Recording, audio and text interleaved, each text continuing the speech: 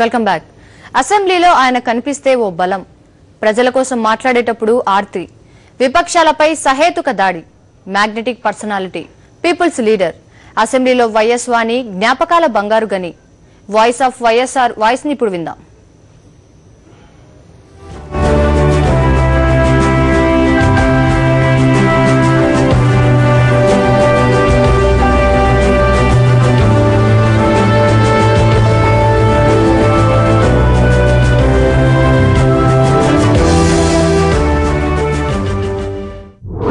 మడమ తిప్పే అలవాటు లేదు, మాట తప్పే అలవాటు లేదు. తప్పనిసరిగా ఎంత ఇబ్బంది వచ్చినా నలుగురు అటో ఇటో జరుగుతాయి తప్ప చెప్పిన మాట తప్పకుండా నిలబెట్టుకునే తత్వం మాకు ఉంది కాబట్టే, మా విశ్వసనీయత అంత బాగా ఉంది కాబట్టే ప్రజలు మాకు ఓట్లు వేశారు. అధ్యక్ష, దయచేసి రాష్ట్ర ప్రజలకు చెప్పాల్సిన అవసరం ఉంది కాబట్టి ఇంత సుదీర్ఘంగా చెప్పాల్సి వచ్చింది. మీరు దయచేసి అన్నిలా భావించవద్దు అని చెప్పి కోరుతున్నా. నవ్వడం ఒక యోగం అంట మా ప్రతాప్ రెడ్డి చెప్తున్నాడు. నవ్వడం ఒక యోగం, నవ్వలేకపోవడం ఒక రోగం, నవ్వించడం ఒక భోగం. ఇది నీకు లేకపోతే మేము ఏం చేయమండి? నవ్వేవాడికి ఫ్రస్ట్రేషన్ ఉన్నట్ట, నవ్వని వాడికి ఫ్రస్ట్రేషన్ ఉన్నట్ట తెలియదు నాకు. ఫ్రస్ట్రేషన్ మరి నాకో మీకో, నిజంగా నాకే ఉండొచ్చు ఫ్రస్ట్రేషన్. ఎందుకంటే ఇంత కష్టపడి ఇంతమంది నెత్తిన చేయబెట్టి కూడా, వీళ్ళందరినీ తీసుకొచ్చి నెత్తిన చేయబెట్టి కూడా ఎన్నికల్లో గెలవలేకపోయామనే ఫ్రస్ట్రేషన్ నాకే ఉండాలి. ఎన్నికల్లో గెలిచా కాబట్టి, ఎన్నికల్లో మీరు గెలిచారు కాబట్టి మీకు ఫ్రస్ట్రేషన్ ఉండదు.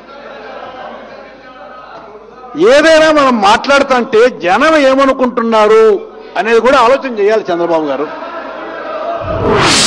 మీ ఇంట్లో వేజ్ అన్నారు, మీ తండ్రినో లేకపోతే అన్ననో ఎవరినో భర్తను పోగొట్టుకున్నారు. మీరు భయపడకండి, మేమంతా ఉన్నాం, బంధువులం ఉన్నాం, మిత్రులం ఉన్నాం, we're all there to help you అని చెప్పి అంటామా లేదా అధ్యక్ష? ధైర్యం చెప్తామా లేదా? మనం ఎంత చేస్తామో ఏం లేదనేది వేరు సంగతి. కానీ ఆ రోజున్న పరిస్థితుల్లో మనం ముందు ధైర్యం అయితే చెప్తామా లేదా? ఆ ధైర్యం చేసే పద్ధతుల్లోనే ఒక భాగమే అధ్యక్ష. నేను కాంగ్రెస్ ప్రభుత్వం వచ్చింది, రైతు పక్షపాతి ప్రభుత్వం వచ్చింది, ఇక మీరెవ్వరూ కూడా భయపడవలసిన పని లేదు, ఆత్మహత్యలు చేసుకోవద్దు అని చెప్పి, ఇంక జరగకూడదు, జరగవు అని చెప్పానంటే అది ధైర్యం ఇచ్చే కార్యక్రమాన్ని చేసినాం అధ్యక్ష.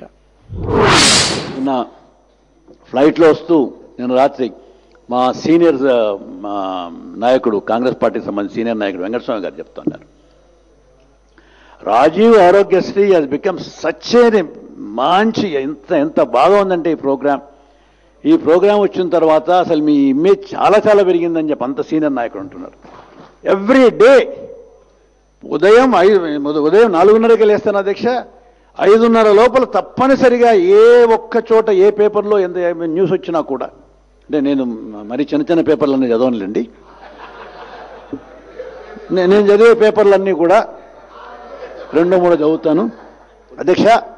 నేను చదివే పేపర్లు తప్పనిసరిగా ఆ పేపర్స్లో న్యూస్ వస్తే వెంటనే కలెక్టర్లతో మాట్లాడి మళ్ళీ 10-11 లోపల మళ్ళీ నాకు ఇన్ఫర్మేషన్ రావాలని చెప్పి వాళ్ళతో మళ్ళీ నాతోనో నా ఆఫీస్తోనో మాట్లాడి ఏర్పాటు చేసి చాలా సీరియస్గా ఉన్నామనే ఫీలింగ్ అయితే డెఫినెట్గా ఇచ్చాం. అందుకే అధ్యక్ష గడిచిన 2-3 సంవత్సరాలుగా ఇటువంటి ఫీలింగ్ జాతీయ ఉపాధి హామీ పథకంలో ఇచ్చాం కాబట్టి ఇవాళ కరువు వచ్చిందంటే, నిజంగా ఇంత భయంకరమైన కరువు వస్తే ఎక్కడే కానీ దాదాపు మొన్న ఈ 15వ తారీఖు నుంచి ఇంత వర్షాలు పడుతున్నాయి తప్ప, జూన్, జూలై, ఆగస్టు నెల మధ్య వరకు దాదాపు 2.5 మాసం వరకు అసలు వర్షాలు సరిగ్గా పడక, విత్తనం జరగక, అగ్రికల్చర్ ఆపరేషన్ స్టార్టే కాకపోతే హాహాకారాలు మిన్నుముట్టాయి అధ్యక్ష. ఇవాళ వరకు మాకు పనులు లేవు అనేది పెద్ద సమస్యగా ఎక్కడ లేకుండా ఉంది అని అంటే we must all thank the NREGP program and government of India. ఆ 9 గంటల కరెంటు అది రెండవసారి అధికారంలోకి వచ్చిన మొట్టమొదటి రోజునే దీనికి సంబంధించిన ఆర్డర్స్ అయితే పాస్ చేసినాం అధ్యక్ష. ఆ ఆర్డర్స్ పాస్ చేసినప్పుడు కూడా ఒక ఆర్డర్స్ పాస్ చేసిన, ఇన్ఫాక్ట్ అధ్యక్ష నేను ఇంతకుముందు కూడా చెప్పినట్టు ఈ విధమైన వాగ్దానం కూడా అనాలోచితంగా చేయలేదు అధ్యక్ష. ప్రజలను మోసం చేయాలనో మెబ్బపెట్టాలనో ఏది అడిగితే అది పూర్తిగా ఉచితంగా ఇస్తామనో పద్ధతుల్లో వాగ్దానం చేయాల.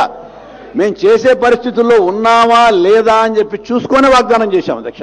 అందులో అధికారంలో ఉన్న వాళ్ళం ఏదైనా వాగ్దానం చేసి దాన్ని రీజనబుల్ టైంలో ఇంప్లిమెంట్ చేయకపోతే మమ్మల్ని ప్రజలు క్షమించరు అధ్యక్ష. We're aware of that. అందరూ కూడా మనల్ని చూస్తున్నారు కాబట్టి we're suppose to be quite above board. మామూలుగా అందరికి వచ్చిన ఆవేశాలు మనకు రాకూడదు. మనం ఏదైనా ఒక సమస్యను కొంచెం దీర్ఘంగా చర్చించి మనం ఏం మాట్లాడినా ఆచితూచి మాట్లాడాలి అని చెప్పి ప్రజలందరూ మనల్ని ఎక్స్పెక్ట్ చేస్తున్నారు. But still after all we're all human beings. ఎప్పుడో ఒకసారి చిన్నో పెద్దో తప్పో కొంచెం గట్టిగానో మాట్లాడతాం. ఏ చిన్న కొంచెం ఏ ఒక్కరికి ఆవేశం వచ్చి కొంచెం గట్టిగా మాట్లాడినా కూడా మీరు హౌస్ దయచేసి అర్జెంట్ చేయండి అధ్యక్ష. హౌస్ టోటల్గా సజావుగా జరిపించుకోవాల్సిన బాధ్యత మా అందరిపైన ఉంది, మీ పైన ఉంది. మీకంటే ఎక్కువ పని చేసిన కాంగ్రెస్ ప్రభుత్వాన్ని చూసిన దుగ్ధ ఈర్ష్య తప్ప మరొకటి కానే కాదు. మీకు కడుపు మంట తప్ప మరొకటి ఏమైనా ఉందా మీకు? ఎందుకండి అంత కడుపు మంట? మీకు వర్షం వస్తే కడుపు మంట, ఎవరైనా బాగుపడితే కడుపు మంట, రైతులకు మంచి పంటలు పండితే మీకు కడుపు మంట. ఏమిటండి ఇది? అనవసరంగా హైపర్ అసిడిటీ వస్తుంది దీనివల్ల. కుప్పంలో 95-96 నుంచి 94-95 నుంచి 94-95 నుంచి 2003-2004 వరకు ఆ 9 ఏళ్ల సంవత్సరంలో ముఖ్యమంత్రికి ఎవరున్నారు అధ్యక్ష? కొంచెం అటు ఇటుగా. మీరు మీ అసెంబ్లీ సెగ్మెంట్లో శాంక్షన్ చేసిన ఇల్లు ఎంత తెలుసా అండి? 15,386. గడిచిన 5 సంవత్సరాల్లో మేము శాంక్షన్ చేసినట్టు ఎన్ని తెలుసా అండి? 31,412.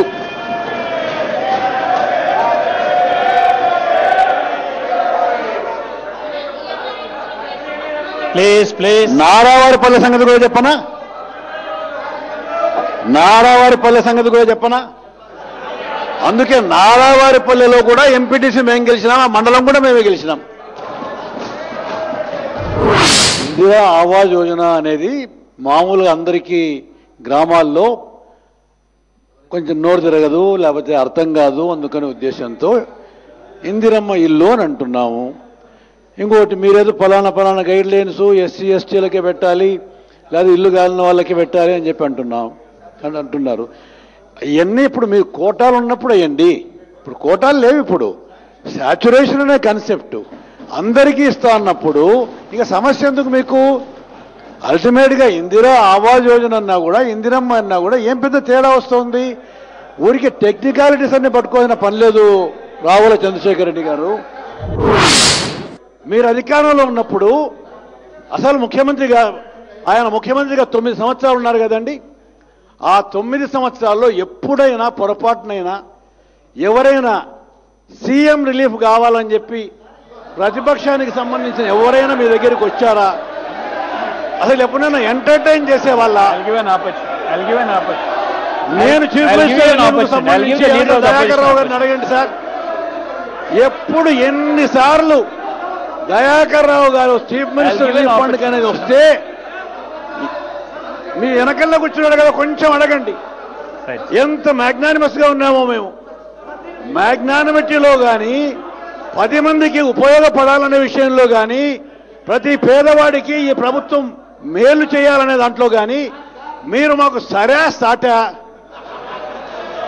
ఎప్పుడైనా చేసున్నారా? మీరు కేవలం ఏదైనా 4 మంచి జరుగుతుంటే బురద చల్లడము, రాళ్ళు వేయడము, తిట్టడము, విమర్శించడము, కడుపు మండి సావడము. ఎందుకండి ఇవన్నీ? ఏ ఒక్క అనర్హుడికైనా ఇల్లు రాలేదు దయచేసి చెప్పండి మాకు. మీరు లిస్టు తయారు చేయండి, ఆ లిస్ట్ ఇవ్వండి మాకు. ప్లీజ్ ఇవ్వండి. ప్రతి ఒక్కటి కూడా ప్రతి ఎమ్మెల్యే ఇచ్చిన ప్రతి లిస్టు కూడా డీటెయిల్డ్గా డోర్ టు డోర్ సర్వే చేయించడానికి మాకు ఏ విధమైన అభ్యంతరం లేదు. దయాకర్, నువ్వు అంత గట్టిగా మాట్లాడితే నీ గొంతు వింటమే నాకు భయంగా ఉంటుంది. దయాకర్, కొంచెం please Dayakar, please SIT down. Yes. By way of a Revenue Recovery Act, we will see to it that every penny is collected back. అందులో ఏమాత్రం తేడా ఉంది. ఏ పార్టీ అయినా ఒకటి, మా పార్టీ అయినా అట్లాగే బిహేవ్ చేస్తాం, మీ పార్టీ అయినా అట్లాగే బిహేవ్ చేస్తాం. ఇందులో ఏ మాత్రం తేడా ఉండదు. దయచేసి చాలా డిటరెంట్ యాక్షన్ తీసుకుంటాం ఆఫీసర్ల మీద అయినా కూడా, లేకపోతే లబ్ధిదారుల మీద అయినా కూడా, లేక ప్రజాప్రతినిధుల మీద అయినా కూడా. ఏ ఒక్కరిని వదిలిపెట్టే సమస్య లేనే లేదు. బట్ అది ఫీల్డ్ లెవెల్లో జరగాల. ఫీల్డ్ లెవెల్లో జరగటానికి ఇవాళ ఈ వెరిఫికేషన్ జరుగుతోంది అధ్యక్ష. ఐ థింక్ టుడేనో నిన్నో ఇవాళ మొదలవుతుంది.